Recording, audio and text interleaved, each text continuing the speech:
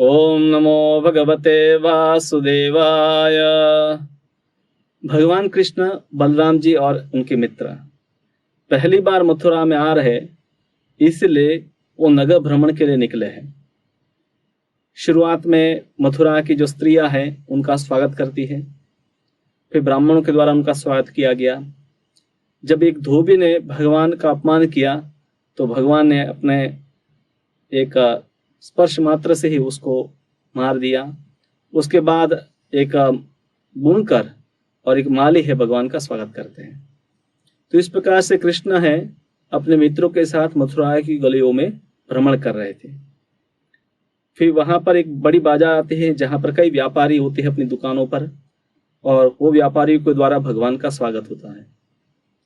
फिर भगवान उन व्यापारियों को पूछते हैं कि महाराज कंस के द्वारा धनुष यज्ञ का आयोजन किया गया है, तो हम उस धनुष का देखना चाहते हैं, उसका दर्शन करना चाहते हैं। तो व्यापारियों ने वो जगह बता दी कि जहां पर इस धनुष को रखा था। अब जब कृष्ण और बलराम और उनके मित्र उस धनुष यज्ञ के स्थान पर गए तो वहां पर कई सैनिक थे, बहुत सारे लोग इकट्ठे हुए थे जो बहुत ही ऐश्वर्य से धनुष की पूजा कर रहे थे। कृष्ण और बलराम को जो सैनिक है वो रोकते हैं कि आप बच्चे हैं, आप नजदीक मत जाइए। फिर भी कृष्ण और बलराम रुके नहीं और कृष्ण तुरंत ही उस धनुष के नजदीक गए और अपने बाएं हाथ से उस धनुष को उठा लिया। और फिर देखते ही देखते उन्होंने उसकी धनुष की डोरी जो है उसको खींचकर लगा दी, और फिर धनुष को और थोड़ा खींचा तो धनुष के 2 टुकड़े हुए। पर वो जब 2 टुकड़े हुए तब इतनी भयंकर वहां पर आवाज हुई कि जैसे आकाश टूट पड़ा हो। कंस तक भयभीत हो गया और सैनिक है आने लगे और मारो पकड़ो इस प्रकार से आवाज करने लगे। कई सैनिक है कृष्ण और बलराम पर आक्रमण करते हैं, पर कृष्ण और बलराम धनुष के वो 2 टुकड़े जो टूटे हुए थे उसी के द्वारा उन सैनिकों का वध कर देते हैं। और एक सैनिक की टोली आ जाती है, कृष्ण और बलराम उन सब का भी वध कर देते हैं। तो वहां पर जितने भी सैनिक थे वो सब मारे जाते हैं। फिर कृष्ण, बलराम और उनके मित्र उस यज्ञ मंडप के मुख्य द्वार से बाहर निकल जाते हैं और फिर वो बाजार में निकलते हुए धीरे धीरे है नगर के बाहर निकल जाते हैं। जब भी वो बाजार में निकले तो सबको ऐसा हो रहा था कि साक्षात भगवान ही या कोई देवता यहाँ पर आया है, इतना उनका अद्भुत सौंदर्य और प्रभाव था। तो नगर वासियों में ये एक चर्चा का विषय वो पूरी रात बना रहा, कृष्ण और बलराम। और कृष्ण और बलराम फिर नगर के बाहर जहाँ बैलगाड़ियों का खेमा लगा हुआ था तो वहां पर पहुंच जाते हैं। नंद बाबा इत्यादि उनका प्रतीक्षा कर रहे थे। रात हो चुकी थी। कृष्ण और बलराम अपना हाथ पैर धोकर फिर खीर खाकर शयन करने चले जाते हैं। अब कंस भी है सोने की तैयारी करता है, पर उसके लिए तो रात और दिन एक जैसा ही हो गया था। भय और चिंता जो है उसको सता रही थी। अब तक तो कंस ने कृष्ण के नाम का प्रभाव सुना था कि कंस ने अनेक प्रकार के जो असुर भेजे थे, चाहे वो पूतना हो, तृणावर्त हो, अगासुर, बकासुर, केशी, अरिष्टासुर, तो इन सबको कृष्ण ने मारा, ऐसी उसने कहानियां सुनी थी। पर आज साक्षात वो सुन रहा है कि मथुरा में कृष्ण और बलराम ने उस महान धनुष का भी भंग कर दिया है, और इसीलिए उसको चिंता हो रही है कि कल क्या होगा। कल अगर दंगल में ये लोग है कहीं मुझे ना मार दे। तो इस प्रकार से कंस है बहुत भयभीत है और कृष्ण का स्मरण कांस्टेंट, मतलब एक भक्त भी कृष्ण का जितना स्मरण नहीं करता उतना स्मरण और इतना गहन स्मरण जो है कंस के द्वारा किया जा रहा है, उनको भूल नहीं पा रहा है। पर जैसे ही वो सोने गया तो उसको भयंकर भयंकर स्वप्न आने लगे। स्वप्न में उसने देखा कि उसका जो प्रतिबिंब है तो उसमें सिर ही नहीं है, या उसकी परछाई है उसमें छेद है। वो एक गधे पर बैठा हुआ है और विष पी रहा है। कई भूत प्रेत है उसका आलिंगन कर रहे हैं। तो इस प्रकार से बहुत सारे अपशकुन वाले स्वप्न उसने देखा, और वो जैसे तैसे है रात बिताता है, और फिर सुबह होते ही उस जो उत्सव की तैयारी में वो लग जाता है। वो मल्ल स्थान में दंगल की तैयारी सब चल रही थी और उसको कई प्रकार से सजाया गया था। कंस भी वहां पर चला जाता है और अपने व्यवस्थापकों के द्वारा उस दंगल का पूरा आयोजन में वो लग जाता है। और फिर धीरे धीरे लोग वहां पर इकट्ठे होने लगते हैं। नजदीक के कई जिलों से ब्राह्मण, क्षत्रिय और कई प्रकार के लोग हैं इस यज्ञ मंडप में इकट्ठे हुए थे, इस कुश्ती को देखने के लिए आए थे। और कंस है फिर अपने सिंहासन पर बैठ जाता है। उसके आजू बाजू बहुत सारे मंडलेश्वर, उसके जो भी अधिकारी थे वो बैठे हुए थे। फिर भी कंस का जो हृदय है वो कांप रहा था। उसको ऐसा ही लग रहा था कि अभी कृष्ण आ जाएंगे, अभी कृष्ण आ जाएंगे और मुझे मार देंगे। और फिर वहां पर शंख, नगाड़े और विभिन्न प्रकार के वाद्य यंत्र बजने लगे, लोग वहां इकट्ठे होने लगे। और फिर नंद बाबा और जो भी व्रज से अन्य लोग आए थे वो भी वहां इकट्ठे हो जाते हैं। और कंस की आज्ञा के अनुसार वो अपने साथ जो भी सामग्री लाए, जैसे दूध, मक्खन, सोना, कई प्रकार के उपहार कंस के लिए लेकर आए थे, वो भी कंस को अर्पित करते हैं। तो कंस ने इस पूरा जो आयोजन किया था कृष्ण और बलराम को मथुरा बुलाने का, तो ये षड्यंत्र एक था कि इनको यज्ञ के नाम पर बुलाएंगे, या तो उनको इस दंगल में ये जो चाणूर, मुष्टिक इत्यादि मार देंगे, या कोलियापीड़ नाम का जो भयंकर एक हाथी है उनको मार देगा, या अंततः कृष्ण को कंस ही मार देगा। तो सब अपने स्वयं अपने हाथों से ही कृष्ण को मारना चाहता था। पर जब से उसने भगवान कृष्ण के द्वारा धनुष भंग की आवाज सुनी थी, तब से वो कांप रहा था। उसको लग रहा था कि आज मेरा शायद अंत निश्चित है। तो इस प्रकार से वो भयभीत था। और अभी तक वहां पर कृष्ण और बलराम जी नहीं आए थे। कृष्ण और बलराम ने जब सुना कि नगाड़े, शहनाई इत्यादि सब बज रहे हैं, तो वो अपने मित्रों के साथ हैं किसी और मार्ग से वहां पर पहुंचे। तो उस जो रंगशाला जो थी उसके मार्ग में एक हाथी था जिसका नाम था कोलियापीड़। कृष्ण और बलराम उसी मार्ग से जा रहे थे। और जब ये हाथी ने उसका रास्ता रोका, तो कृष्ण है उस समय है उस महावत को कहते हैं जो हाथी पर बैठा था कि हे महावत, तुम अपना मार्ग है छोड़ दो और हमें जाने का मार्ग दो, अब बाजू में हट जाओ, अन्यथा मैं इस हाथी के साथ तुम्हें भी यम सदन पहुंचा दूंगा।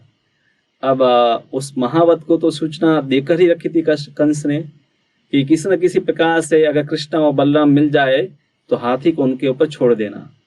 और महावत ने उसी प्रकार से किया।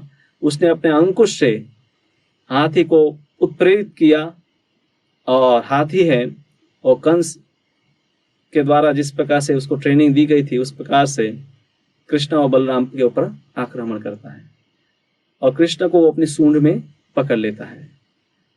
पर कृष्ण है बहुत चतुराई से उनकी सूंड से बाहर निकल आते हैं और उसके पीछे छुप जाते हैं। वह हाथी का शरीर बड़ा था, वो देख नहीं पाया कृष्ण कहाँ पर है, पर वो कृष्ण के शरीर की सुगंध ले पाया और वापस उसने कृष्ण को पकड़ लिया अपनी सूंड में। कृष्ण वापस है उनकी सूंड से फिसल कर निकल आते हैं और फिर पीछे जाकर उसकी पूंछ है उसको जोर से खींचते हैं। तो हालांकि कृष्ण बहुत छोटे बालक है, 11 साल के बालक है, और हाथी काफी विशाल शरीर वाला था। उस हाथी में 1000 हाथियों का बल था, फिर भी कृष्ण है उस हाथी को खींचते हैं पूंछ से। और फिर कृष्ण उस हाथी के आगे आ जाता है और उस समय हाथी है उनके ऊपर आक्रमण करता है और कृष्ण जब पीछे मुड़ते हैं तो जमीन पर गिर जाते हैं। तब हाथी को लगा कि अब तो इसको मैं मार ही दूंगा और हाथी ने अपने दांतों से कृष्ण के ऊपर प्रहार किया। पर कृष्ण है बाजू में हट जाते हैं और हाथी के दांत जमीन पर टकरा जाते हैं। फिर कृष्ण है वापस उस हाथी के पीछे चले जाकर उसको जोर से एक तमाचा मारते हैं। और हालांकि कृष्ण के हाथ बहुत नाजुक है, पर जब वो प्रहार करते हैं हाथी के ऊपर तो वज्र जैसा ही उस अनुभव उस हाथी को पीड़ा होने लगती है। फिर कृष्ण चालाकी से आगे आकर उस हाथी की सूंड पकड़कर उसको इतना जोर से झटका देते हैं कि हाथी गिर जाता है। और फिर भगवान कृष्ण उसके ऊपर चढ़ जाते हैं और उसका एक दांत निकाल लेते हैं और उसी दांत से उस हाथी को मार देते हैं। फिर दूसरा दांत भी निकाल लेते हैं फिर कृष्ण और बलराम दोनों एक एक दांत लेकर वहां पर जहां रंगशाला थी वहां पर प्रवेश करते हैं। अब ये दृश्य बहुत मतलब विचित्र है, क्योंकि यहाँ पर अनेक लोग बैठे हैं जिनका कृष्ण के साथ संबंध है, और सब लोग हैं कृष्ण को भिन्न भिन्न दृष्टि से देख रहे हैं। एक तो कृष्ण को थोड़ा पसीना हो गया है, हाथ में हाथी दांत है कृष्ण और बलराम के, और थोड़ा खून के छींटे भी उनके शरीर पर उड़े हुए हैं। तो इस प्रकार से उनका जो रूप है वो वहां पर हम देख सकते हैं। भागवत यहाँ पर वर्णन करता है कि जब कृष्ण और बलराम वहां प्रवेश किए तो पूरी सभा, वहां पर जितने भी लोग इकट्ठे हुए थे, तो तुरंत उनकी ओर देखते हैं, और वहां पर जो ये थे ब्रजवासी थे, उन्होंने तो अपने संबंधी के रूप में ही कृष्ण को देखा। वहां पर पुरुष थे, वो कृष्ण को है उनके ऐश्वर्य के साथ देखते हैं, और वहां पर जो स्त्रियां थी वो भगवान को कामदेव के रूप में देखती है। जो कंस था वो वहां पर भगवान को यमराज की तरह ही देख रहा है। राजा थे, वो सब भगवान को काल रूपी दंड देने वाले व्यक्ति के रूप में देख रहे हैं। और वहां पर कुछ अन्य लोग थे, भगवान को विराट के रूप में देख रहे हैं। योगी है वो भगवान को ब्रह्म के रूप में। तो इस प्रकार से जिसकी जैसी दृष्टि थी, यदु वंश भी वहां थे, तो उन्होंने अपने रोशनी के पूज्य देव के रूप में उनको देखा। तो इस प्रकार से भिन्न भिन्न लोग जो है उनकी अपनी दृष्टि कृष्ण के प्रति है। और कृष्ण है रसों के सागर है, रसो वै सह, शास्त्र में बताया गया है कि कृष्ण सभी रसों के आगार है, रस के मूर्तिमंत रूप है। और कृष्ण 12 जो रस है, 5 मुख्य रस बताए गए हैं और 7 गौण रस, जैसे दास्य है, सख्य है, वात्सल्य है, माधुर्य है, शांत है, फिर वीर रस है, करुण रस है, विभत्स, रौद्र, और इसी प्रकार से हास्य रस। तो ये विभिन्न रस होते हैं। जब भी हम किसी से व्यवहार करते हैं तो इनमें से कोई ना कोई रस का आदान प्रदान होता है। तो यहाँ पर भगवान ने विभिन्न रसों में विभिन्न लोगों के साथ आदान प्रदान किया। हालांकि कृष्ण तो श्याम सुंदर है, पर वो कंस और अन्य जो दुष्ट राजा है उनको काल जैसे लग रहे हैं, उनको यमराज जैसे लग रहे हैं। क्यों? क्योंकि वो उनसे ईर्ष्या करते हैं, उनसे द्वेष करते हैं। अन्यथा तो कृष्ण है, श्याम सुंदर है, उनका जो शरीर है वो दिव्य है, बहुत नाजुक है, पर कृष्ण का उस रूप का दर्शन है वो भक्त ही कर सकता है। यम श्याम सुंदरम अचिंत्य गुण स्वरूपम, जो कृष्ण का वो अचिंत्य रूप जो है वो भक्ति के द्वारा ही ग्राह्य है। अन्य लोग हैं अपनी अपनी भावना के अनुसार रूप का दर्शन कर रहे हैं। गीता में जैसे भगवान कहते हैं, ये यथा माम प्रपद्यन्ते ताम तथैव भजाम्यहम्, जो जो जिस भाव से मेरे पास आता है उसी भाव से मैं भी उनका व्यवहार करता हूँ।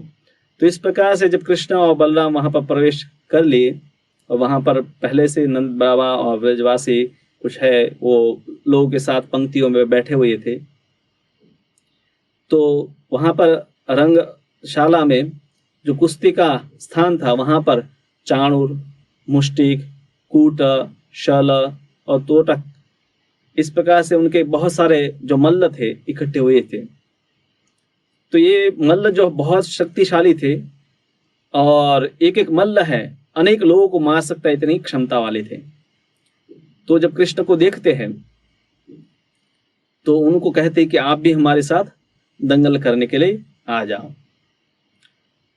हालांकि वहां पर जो लोग इकट्ठे हैं उनको आश्चर्य हो रहा था कि कृष्ण और बलराम जो है उनका शरीर कितना नाजुक है, और ये मल्ल कितने बड़े शरीर वाले, पहाड़ जैसे शरीर वाले हैं। तो ये लोग हैं आपस में बातें करने लगे, एक दूसरे को बताने लगे, क्योंकि कृष्ण और बलराम की लीलाओं के बारे में उन्होंने पहले भी सुना था। क्योंकि कई लोग गोकुल से या नंदग्राम से मथुरा यदा कदा जब आते रहते थे, तब उन्होंने कृष्ण और बलराम की जो भी कई लीलाएं हुई जिनमें उन्होंने विभिन्न असुरों को मारा, इनके बारे में सुना था। तो कुछ लोग कहने लगे कि ये साक्षात नारायण के ही अंश है। हालांकि वो कंस के कारागृह में प्रकट हुए, पर उसी रात्रि में गोकुल में उनको वासुदेव जी ले गए, और फिर वहां पर वो पले बढ़े, और जन्म के कुछ दिनों के बाद ही उन्होंने बड़ी पूतना राक्षसी का वध कर दिया, बाद में तृणावर्त का वध कर दिया। और ये वही कृष्ण है कि जिन्होंने ब्रजवासियों को इंद्र के कोप से बचाने के लिए 7 दिन और 7 रात्रि तक गोवर्धन पर्वत अपने बाएं हाथ की अंगुली पर धारण करके रखा।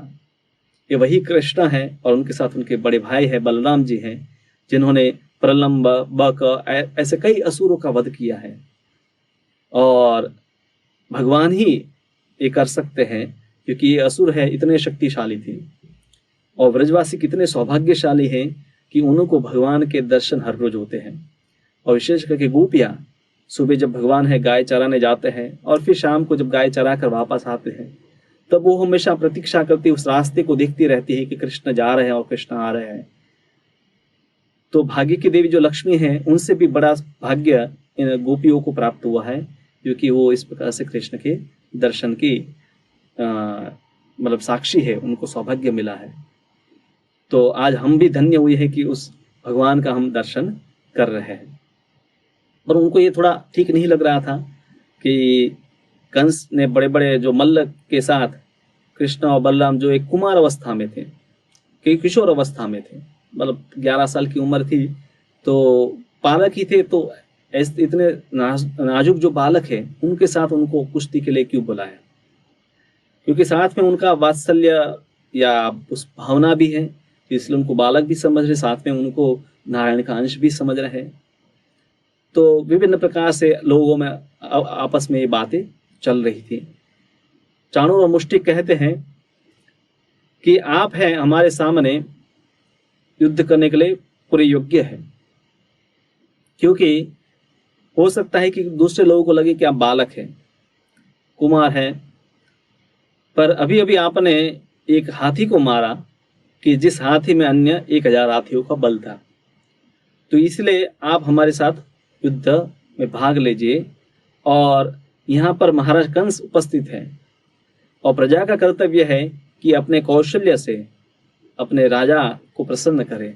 तो अपने वाणी से, अपने विचार से, अपने कार्यों से उनको ऐसे कार्य करने चाहिए कि उनके जो राजा है तो वो प्रसन्न हो, क्योंकि राजा है वो सभी जो लोग हैं उनका प्रतिनिधित्व करता है, देवताओं का प्रतिनिधि है, तो उनकी प्रसन्नता में ही प्रजा की प्रसन्नता है। तो इसलिए इसमें कोई अनीति नहीं है कि आप हमारे साथ युद्ध करें। तो इस प्रकार से जब भगवान ने इन लोगों से चुनौती ग्रहण की और भगवान स्वयं है उस रंगशाला में, उस मंच पर गए कि जहाँ पर चाणूर, मुष्टिक, कूट और शल और तोशल, ये 5 जो मल्ल है वहाँ पर इकट्ठे थे। और बारी बारी चाणू कहते हैं कि कृष्ण तुम मेरे साथ लड़ाई करो, और मुष्टिक जो है वो बलराम जी के साथ लड़ाई करेंगे। एक प्रसिद्ध श्लोक हम गाते हैं, कंच चाणुर्मर्दनम वसुदेवसुतं देवम कंच चाणुर्मर्दनम, कि कंस और चाणूर है उसमें भगवान है उनके साथ लड़ाई कर रहे हैं। तो ये पूरी घटना हम देखते हैं कि जो मथुरा में घट रही है, भगवान है मथुरा में आए हैं और वहाँ पर भिन्न भिन्न प्रकार के लोग इकट्ठे हुए हैं। तो मथुरा में भगवान के भ्रमण से इस घटनाओं में से हमें शिक्षा मिलती है कि भगवान जिस भावना से व्यक्ति उनके सामने आता है उसी भावना से उनके साथ व्यवहार करते हैं। भगवान रस के सागर हैं और जब हम भगवान के साथ अपना संबंध जोड़ते हैं तो हम भी उस रस का अनुभव करते हैं। हम सब अपने जीवन में रस चाहते हैं, पर हम भौतिक वस्तुओं में उस रस को ढूंढते रहते हैं। भौतिक रस है, उसका स्वभाव है कि उससे कुछ समय के बाद हम उब जाते हैं और उस रस को हम बदलना चाहते हैं। जैसे आप कुछ समय मीठा खाए, आपको मीठा पसंद है, आप हर रोज मीठा खाने लगते हैं और एक ही दिन ज़्यादा मीठा खाते तो भी उब जाते हैं, और हर रोज जब खाने लगते हैं तब आपको लगता है कि अब कुछ तीखा खाना चाहिए। तो ये भौतिक रस का ये स्वभाव है। पर इस संसार में हर एक जीव रस चाहता है। हमारे अनेक प्रकार के संबंध होते हैं लोगों के साथ, उस संबंधों से हम विभिन्न प्रकार के रस का आस्वादन करना चाहते हैं। पर संसार का रस कैसा है कि जैसे कि आपने खीर तो ग्रहण की, किसी ने आपको खीर दे दिया, पर उस खीर में मिट्टी किसी ने मिला दी, तो खीर में टेस्ट तो आएगा, आपको मीठा तो लगेगा, परंतु साथ में कष्ट भी होगा। तो उसी प्रकार से संसार के रस है, उसमें थोड़ा सा मिठास है पर ज़्यादा खटास ही है। पर वो वास्तव में ये जो रस है, भौतिक रस, वो सिर्फ एक भ्रम मात्र है। वास्तविक रस है वो भक्ति रस है। तो यहाँ पर जो चर्चा की गई है भागवत में इन रसों की, कि भगवान है, स्वयं है, रस की मूर्ति है, इसलिए हर एक प्रकार के व्यक्ति के साथ वो पूर्ण रूप से आदान प्रदान कर सकते हैं। चाहे कोई उनको शांत रस में, दास्य रस में, सख्य रस में, वात्सल्य रस में या माधुर्य, इनमें से 5 में से कोई भी एक रस में उनके साथ संबंध जोड़ सकता है। और फिर और गौण रस है, जैसे वीर रस या हास्य रस, करुण रस, विभत्स रस, रौद्र रस। तो विभिन्न रस जब है भगवान के साथ हमारा इंटरेक्शन होता है, उनके साथ आदान प्रदान होता है, तो प्रकट होते हैं। इसको कहते हैं भक्ति रस या आध्यात्मिक रस। ये रस की अनुभूति है भक्ति के शुरुआत के स्तर पर हमें नहीं होती है। जब हम भक्ति की शुरुआत करते हैं और धीरे धीरे हमारे में काम, क्रोध, लोभ, मोह, मद और मत्सर्य, ये सब जो है दुर्गुण है, अनर्थ है, वो धीरे धीरे दूर होते हैं, तो हम भक्ति रस का अनुभव करते हैं। रूप गोस्वामी बताते हैं कि हमारी जिह्वा है वो उस प्रकार की है कि उसको मीठा भी कड़वा लगता है। जब हमें पीलिया हो जाता है तब मीठा भी कड़वा लगता है। मीठा तो मीठा ही होता है। तो इसी प्रकार से भक्ति रस है, उसमें तो स्वाद है, पर अभी इन अनर्थों के कारण हमें जो पीलिया हुआ है उसके कारण भक्ति रस का हम अनुभव नहीं कर पाते हैं। पर भक्ति फिर भी हमें करते रहनी चाहिए, तो एक दिन हम निश्चित रूप से इन भक्ति रस का अनुभव करेंगे। कंस इत्यादि जो आसुरिक राजा है वो विपरीत भावना से भगवान को याद कर रहे हैं, और ब्रजवासी, यदुवंशी और मथुरा के कई भक्तजन हैं भगवान को अनुकूल भाव से उनका स्मरण कर रहे हैं। तो अनुकूल भाव से भगवान की सेवा करना, उनका स्मरण करना, उनका नाम लेना, ये भक्ति है। प्रतिकूल है उसको भक्ति नहीं कहते हैं। पर प्रतिकूल से भी कोई याद किया तो उनको भी कुछ लाभ मिलता है, पर अनुकूल से जब याद करता है तो उसको सर्वोच्च लाभ मिलता है। तो इस प्रकार से भगवान के यहाँ पर रंगशाला में आए उस प्रसंग से हमें भक्ति रस का कई प्रकार का ज्ञान है मिलता है भागवत के माध्यम से, और हम भी इस भक्ति को लगातार करते रहे तो हम एक दिन उस भक्ति रस का अनुभव करेंगे। हरे कृष्ण।